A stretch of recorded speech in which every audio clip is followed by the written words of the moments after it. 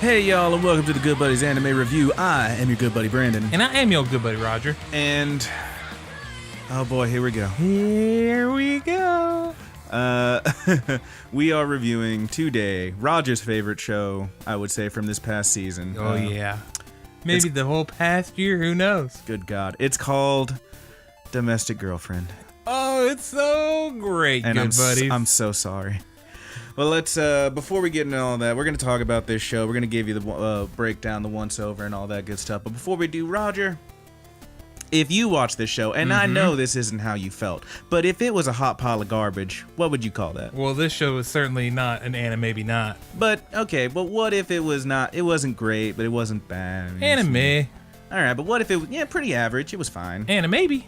It was actually pretty good, though. That's an animos, definitely. But if it was amazing, Roger, which, oh god, here we go. What if it was just great? It was so good. If I were to give this anime a score at the end of this podcast, Oh no. it may or may not be animazing. And that is one of the grades. Those are the grades that we're going to give this. We're going to give it one of those. That is one of the grades. Oh god. The way we're going to get there, though, is we're going to break it down and rate 5 different little categories. Bang, a bang, a bang, bang. We are going to break it down. 1, 2, is this on? Dang, dang. You suck. But we're going to take 5 different categories. We're going to give possible 2 stars each in each one for a total of 10 stars. And we're going to use that to inform our final decision on this one on a review of recommendation. That is not necessarily how much did we love it, Roger, but more so would we recommend it to someone else. And those 5 categories we're going to go over are, Roger, the first one. The story and setting. Second one. The characters and development. Numero 3. The art and animation. Number 4. That soundtrack. And the 5th one, that Good Buddies Wriggle Room, that... Je ne sais quoi. Roger, what does that mean? I don't know what. I don't know what. But that's how we're going to do it, guys. We're going to go ahead and jump on into it. And before we do, our good buddy Roger, you know him, you love him. He's going to give us the once-over and tell us a little bit about the story. And I'm just going to shut up. Let me go ahead and flounder for a second, Let me get bud. a little comfortable here. Here we go. All right. He's adjusting his gotta package. adjust them jeans, you know? He's easing the seed bag, as they say. Our main character, Natsuo Fuji. Oh, God. His father is widowed. He goes, Natsuo, not his father, he goes to a mixer with friends after school. Natsuo is known for having a crush on his teacher. He quite fancies her. She's young. And they go to this mixer, and he's just kind of standing around. The teacher's not at the mixer. No. He's at the mixer with some friends and some girls. Yeah, Natsuo is at the mixer. He's standing around, and then there's this other kind of awkward girl standing around too, and she's like, essentially like, hey, you want to blow this popsicle stand? And he's like, fuck yeah, I want to blow this popsicle stand. What you want to do? Oh my God. What's your name, girl? And her name is Rui Tachibana. Well, they go back to her place, which is everybody's gone, and she says, hey, I want to bump uglies. That is what she says. I want to do that horizontal limbo. Oh, God. And he's like, say what? What? Why is this happening? What did you say? Why is this happening? And she's like, yeah, you heard me right. And he's like, okay. He thinks about it a little longer than that, to be fair. So they bonk. They do bonk. they totally bonk for the first time. And ultimately, it's because Rui wants the experience. She doesn't want people looking down on her because she hasn't done it yet. And Natsuo hasn't done it himself. And maybe this would help him forget about his teacher. Which will never be a thing. And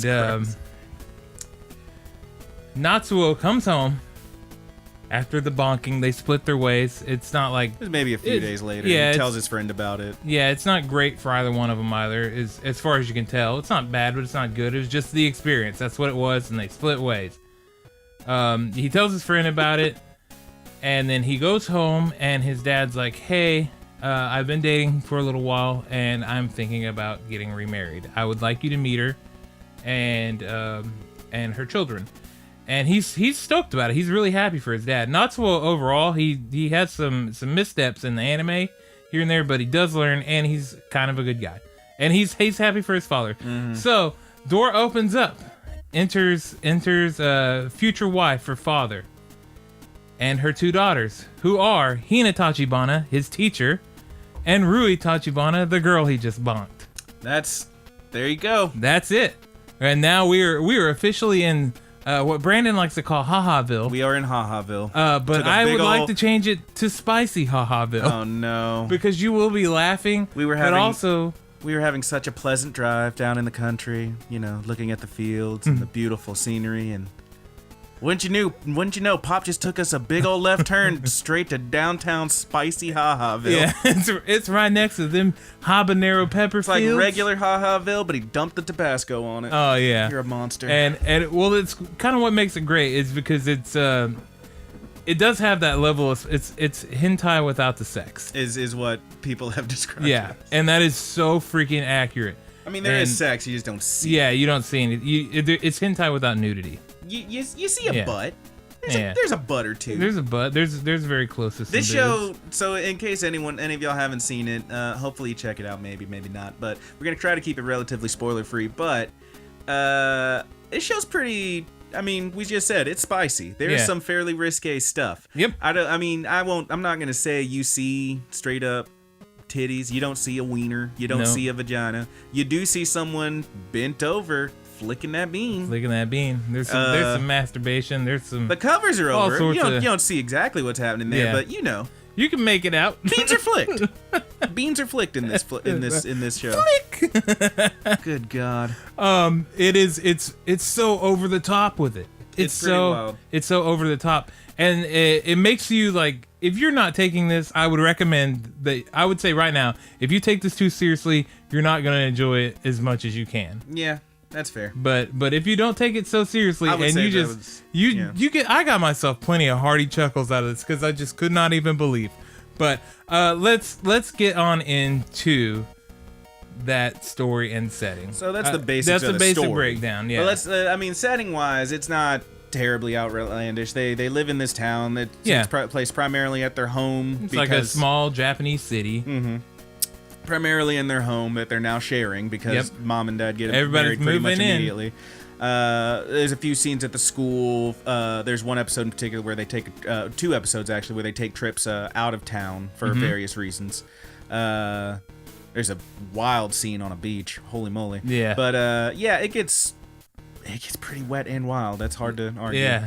But story-wise, that's basically it. Is essentially a fairly melodramatic and yet goofy as hell. Almost incest it is so love melodramatic. Story. It is not okay. You know what I said? Now, no chromo, dude. There's no chromo. Gross. It is not. It's still like, come on. It's like they're playing off that taboo. Whether they actually are properly related or not, they're playing off that taboo. I could debate you with this all damn day, but I'm going to avoid it. You can't tell me they're not playing off the taboo. Sure. I guess a little. Yeah, okay. This guy. Yeah. It's like that taboo is if it's like blood, then it's, you know, horrible. But if you're playing off of it just because of remarriage or something, it's just ignorant. But okay, we're not going on. We're now into Roger justifies. Firing me up. Roger justifies incest. You're firing me up. Don't fire me up. I mean, baby. It's spicy. We're in Spicy Hahaville. Yeah, we got to get a little fired up. Super spicy Hahaville. Do you want to move on to characters in development? Freaking Indian tiger pepper. Jesus Christ. Do you want to move on to characters in development, sir? Yeah, so this is where the show, I would say, does really well. Would you?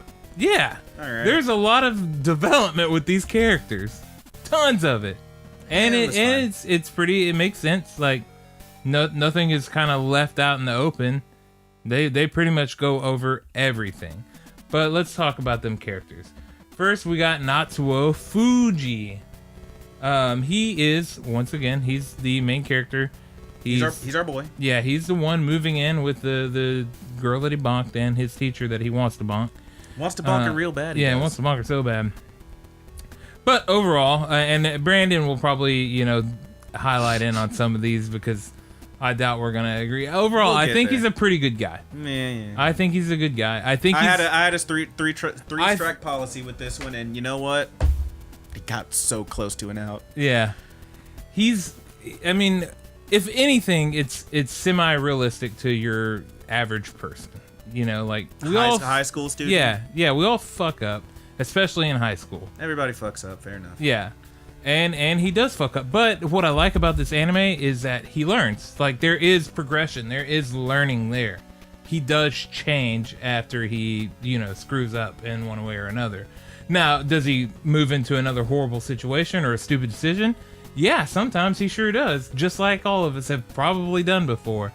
But he's not, like, particularly smart or anything like that. I mean, like, he's not He's a stupid. gifted writer. Yeah. He is a does like writer. his That's what I books. was about to get into. Yeah, he's a writer. He writes books. Or he wants to write books. Short stories and whatnot. And there is some good development there as well it's in good this stuff. story It's decent as to why he wants to write books and how he's going to become a better writer. But yeah, he's kind of vanilla too. Like there's nothing super special about him. I can't. Kind of a blank slate kind of guy. Yeah. Apart from his He's got a apparently very good personality. writing. Sure. And he's likable enough or dislikable enough at some points, but yeah, he's not like I'm trying to think of a really really really great character. He's not that. You're not gonna find like an A+ character. I don't think in this entire series, but He's so vanilla, but we spent so much time talking about. yeah. But at the end of the day, like these kind of regular characters, these everyday characters are another thing that kind of makes the show great. Mm-hmm. Next, we got Rui Tachibana. That's the girl that he bonked. She's fine. Yeah, she's cool. I like her. I rather like this character, honestly. Yeah, she's kind of got that tsundere thing going on too. She's a little hot and cold. Yeah, I mean, she as the show progressive, these characters develop feelings for each other and less feelings for each other, and blah blah blah. It's a bit swingy at times. Yeah, it does swing. But yeah, she kind of does the she does a lot of that puff face. Yeah, I love the puff face. She does do the puff face quite good, where she's just like it's not like I wanted to go with you, blah, blah, blah, like one of those. Yeah. Yeah, I mean she's fine. Yeah, she's a bit of a she has more wits about her. I Boy, think. can she cook! Yeah, she's a good cook. But she's kind of like smart. She keeps to herself a bit. But she also has a little bit of a temper as well. Once again, a very normal, like realistic character. Sure. That she is. Sure. And she essentially bonks, and then through the course of the stories, she may be falling in and out of interest with Natsuo. Mm-hmm. And then, of course, we've got her sister, Her older sister, the teacher, who Natsuo wants to bonk. real bad. Yeah, real baddie, dude. real freaking bad. Her name is Hina Tachibana. Mm-hmm. She is 22, I believe, and Lord have mercy. yeah, she's a high school teacher. And she thinks, she's kind of the catalyst too, I would say, almost for Rui and Natsuo kind of bonking there, because she views them as children, whereas they're late teens, and you don't accept that shit when you're a late teen. Meh. Nobody calls you a kid. All right. You know. All right. Roger's kind of going off right now. I'm just gonna let him go off. Yeah, Brandon's not helping me at all. Okay. I mean, you're talking about these characters, man. So I'm she's kidding. the student I was just teacher. messing with you, dude. Yeah. But you can talk. She's the student teacher. She's got how to describe this lady? Art-wise, character design-wise, she's honestly fairly plain, and yet she is played up by not only Natsuo but also the other male characters in the show as being like super duper hot. Yeah. So fine. Okay, you tell me she's hot. She's hot. It's a cartoon. You drew it. That's fine.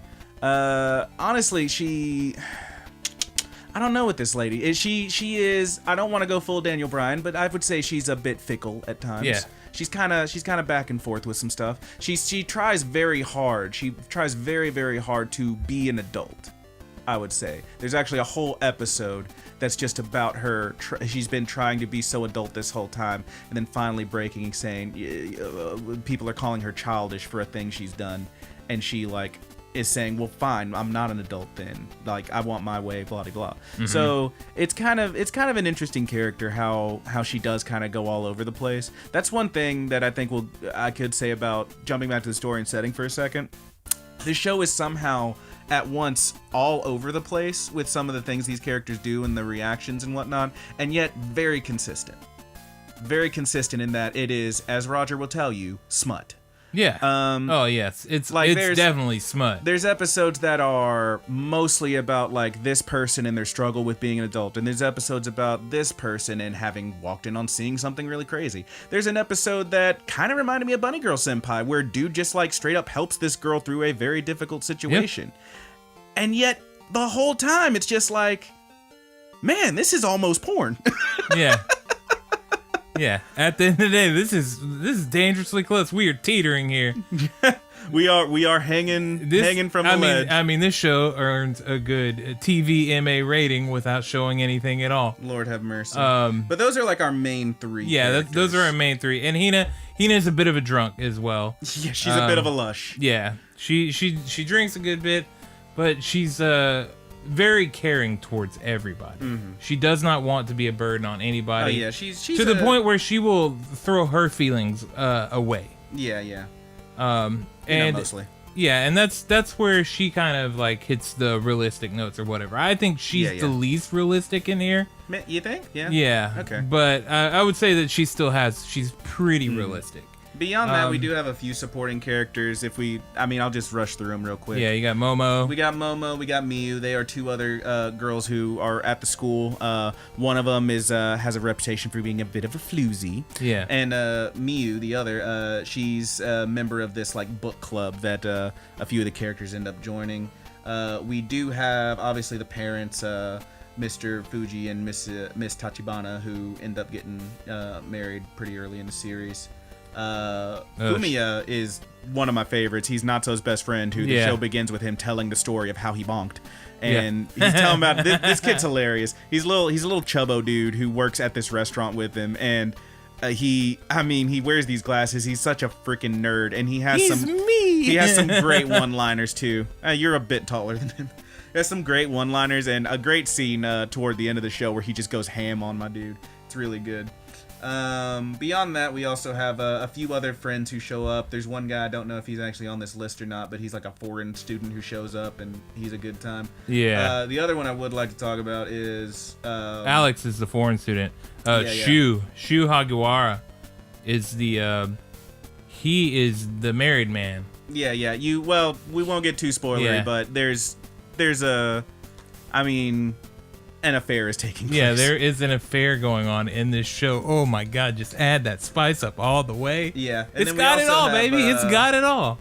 The other one this is a character who at first, in an early episode seems very throwaway, but ends up having a relatively big, impact on the story, is Masaki Kobayashi, he also works at this restaurant / bar. He's like the bartender there. And boy, is he rather flamboyant. He sure is. He demands to be called Marie very often. You just straight up see his butt at one point. They're at like a festival, and he's doing the drum thing with like just the shirt on, and he's got like the rap diaper. Oh man, my dude's crazy, and I kind of love him. Yeah, he's an ex Yakuza member too. He is an ex Yak, and he also just really knows how to put stuff in perspective for you. He literally like at more than one point just sets characters down. It's like, hey, let's figure this out. Let's talk about this. I love him, you're man. going through some stuff. He's so good. He's such a nice boy. There are a lot of really good characters in this show. Such a nice boy. I rather like him. But yeah, that's basically it for the characters. I think we can slam on through. Yeah, we can move on. We can talk about that art and animation. Average. Which is it's what I like about it. I would call it average. I would say that it's nothing flashy here. It just fits right into that realistic kind of setting they built. All these characters, everything is just very real. It's animated, of course, but it feels like natural. Natural is a good word for it. There's nothing like fucking crazy or anything, and they don't shoot for that. Yeah. The animation is clean. Yeah, you're not gonna find any wonky eyes or anything like that. Like no I one's watched ever this like whole woefully thing. Yeah. off model or anything. Yeah, like that. it all looks very crisp, and it looks very normal. Like it makes you feel like this is real world. Like this is planet Earth. So you keep using this word. You keep saying it's like these characters and everything is like realistic. And I don't. I mean, there's Rui with the blue hair, sure. but No, I'm not talking about that. I'm talking like in general. I think I can't really disagree with you. Like some of the stuff I'm not talking about like realism. No, I know, but like I would say that this is a show about. This is a show that features like fairly realistic characters in a very outlandish and ridiculous situation. Wherein, like, I've got a big crush and I just boned this girl, and oops, we all live together now. Yeah, like yes, that situation is crazy. Yeah, that situation I would say is not so much that's there to set our story. I would say most of the character interactions are fairly realistic. Yeah, sure. Yeah, that's kind of what I'm getting at. Is that I mean, it does a really good job in an odd situation. Fair enough. But yeah, that's fair to point out because the situation isn't something I'm sure it has happened.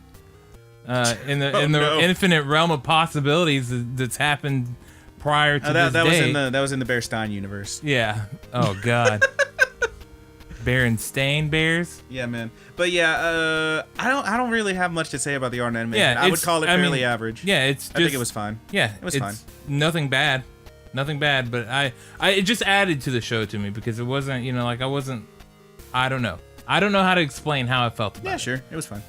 It's not like it got a perfect score. Let's get to Roger's maybe favorite part of this thing. Yeah, let's get to that soundtrack. The music and soundtrack. No, the animation in this opening is dope. It's pretty good. Yeah, it's really good. Tell me about the song.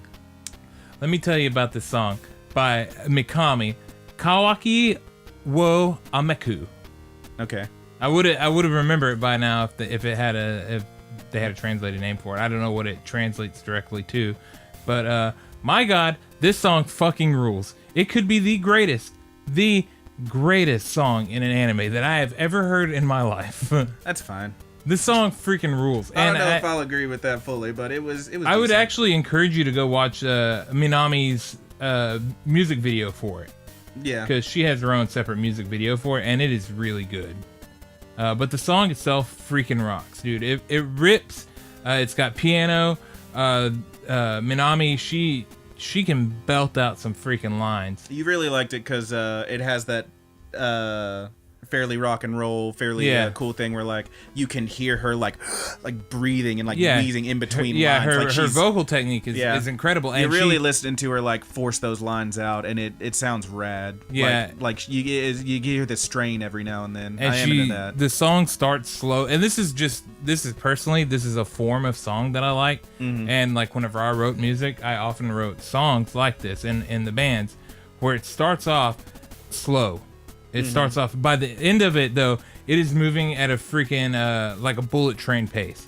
It is freaking fast, and that's exactly how the song goes. It's slow to extremely fast. I do like the very beginning of it, where it's just her like Isuka, mucho. Sado.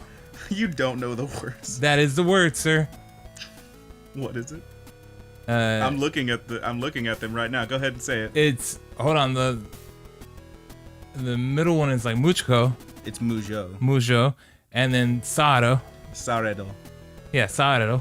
Okay. And then he's working on the first one is Ichikai or something. No, it's Mijuku. Mijuku. I was close, dude. She like is straight up. She's like close. Mijuku. Mujo. Sado.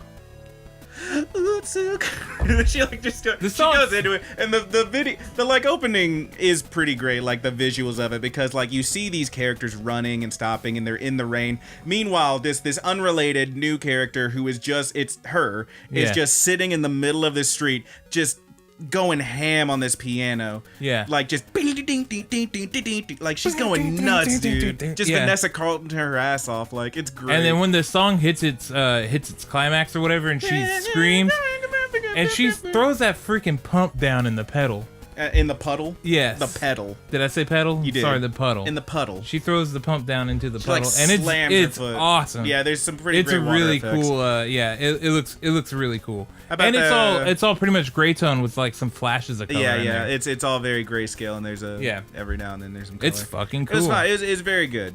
I don't think you already know what my favorite was this past season, so I'm not gonna say anything else. But it was fine. It was very good. Yeah, and the ending song is Wagamama by Elisa Takegawa. I don't remember it. I thought it was pretty good. I don't remember. I remember not hating it, but I don't remember it at all. It's pretty good. It's pretty average, but the that opening song is like the legitest opening song that I've ever heard in my life. Any music during the show you can recall? Yeah, I remember a bit of it. It's just evenly. It's like small piano parts. Small, like, there's violins and stuff, and there's some orchestrated stuff, and then there's some little guitar riffs. Nothing mind blowing, but it's perfectly fit in there. Okay. It does its job. Yeah, it does its job. All right, next, it's time to talk about that je ne sais quoi. All right, man. How'd you feel? Or do you want me to go first? You go first on this one, dude. I'll go first. I'm not gonna lie, man. There were definitely parts in here that it did rub me the wrong way, particularly in like I talked about at the end of the first episode. This was strike one. My dude does a thing that we see very fairly disparagingly often in such shows, where homegirl has just straight up passed out. She, as we said, the teacher, the older sister, is a bit of a lush. She likes to drink. She has her a few beers, and she's passed out on the couch, and he's there, and he's just like, but what if and he's just like, I might not get another chance, and he goes, he goes for the unconscious kiss. Yeah, his thought is he can do it the one time, and then it's over. You know? Okay. And then he says goodbye or whatever. This is a very not cool thing. Yeah, though. It's not cool at all. It's a very not cool thing. This is a person who is straight up unconscious, and if you do anything to that person, you are in fact a monster. And he almost does, and then Rui walks in and sees what's happening. And she's just like, well, it's her fault for passing out. And she drags her out of the room and up to her bed. And it's like, all right, neat show. But there's like one other moment like that is certainly less so, because it's when like she's like telling him to go away, and he just like goes for a kiss again, and then that scene ends up spiraling completely out of control. That's one that you like went completely nuts on, where she like pushes him over. You know what I'm talking about. Yeah. But we're trying not to spoil anything. But I gotta tell you, man, overall, I did watch the whole freaking show. Yeah. I did watch it. It does hook you. Interesting enough for me to not put it down. I gave it the rule of 3, and I kept going. And I told you about it, and you were like, "That sounds great." And then you watched it and just lost your entire mind. I was like, "This anime is fucking amazing." Yeah, it's fine. Yeah. I would say. I mean, I'll say what I often say. It was hard to put down. Yeah. It really was. I would say that it's a little more than fun. I would say that the writing and stuff is incredibly sharp in here. That's what brings you in. It's very well written. I personally think you're giving it too much credit, man, but it was fine. I don't know about that. I don't know about that. If it wasn't well written, then there would have been nothing here. Yeah, but I mean, all it really takes for you to love it is a dick joke or two. That bit at the end. That's not accurate, dude. There's a bit that's where... not accurate. You're giving people a false impression of what I actually would and wouldn't like. This show has really sharp writing. Okay. Its pacing is really well done.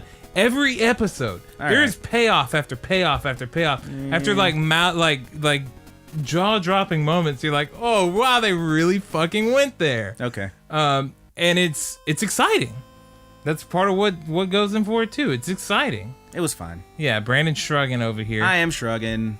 I'm shrugging and I'm whinging. It was fine. Yeah.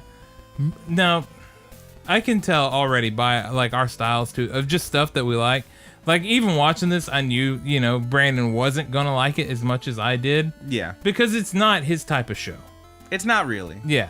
But if you do like something fucking ridiculous and a little smutty, and that, I mean, you can... little smutty. Yeah, and it's something that you can watch and in front of other people and not feel too uncomfortable watching it around them. I don't know about that. It's not like episode 4 or 5 of Elfen Lied or anything. So you gonna watch this with your mom, bro?